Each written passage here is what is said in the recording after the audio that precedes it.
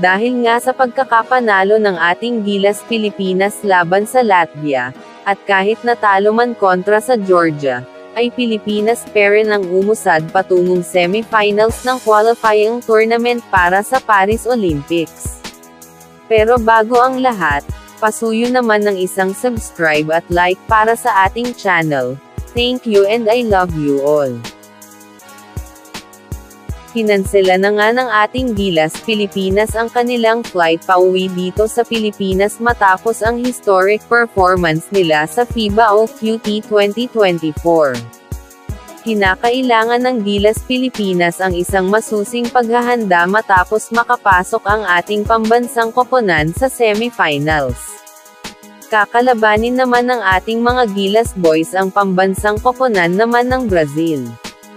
Ang Brazil ay world rank number 12 sa buong FIBA at sa buong mundo sa basketball. Kakagaling lang ng mga Brazilian sa kanilang wild ending kontra Cameroon. Isang mahirap na game ito para sa ating national team dahil marami ding mga NBA and former NBA players ang koponan ng Brazil. Pero despite of that, ika nga nating mga Pinoy, kahit gaano pa kagaling ang kalaban, bilog ang bola. Ngayong napatunayan na ng ating Gilas Pilipinas na kaya din makasabay sa ganitong level ng competition, ay stay positive lang tayo na makukuha ng Gilas Pilipinas ang isang spot para makapag-qualify sa Paris Olympics.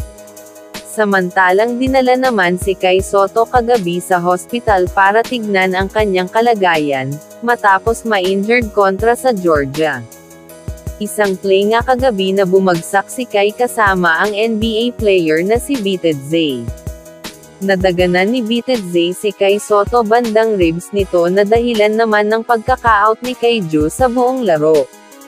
Kasalukuyang hinihintay naman ang results ng X-ray ni Kai at hindi pa tiyak kung makakalaro ang ating 7'3" big man sa semifinals pero stay positive lang tayo na wala sanang mangyayaring masama kay Kai Ju at ganon na din sa ating Gilas Pilipinas.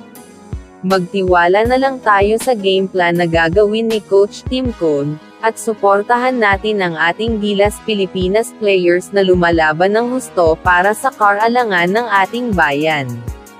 So, that's it para sa ngayong update.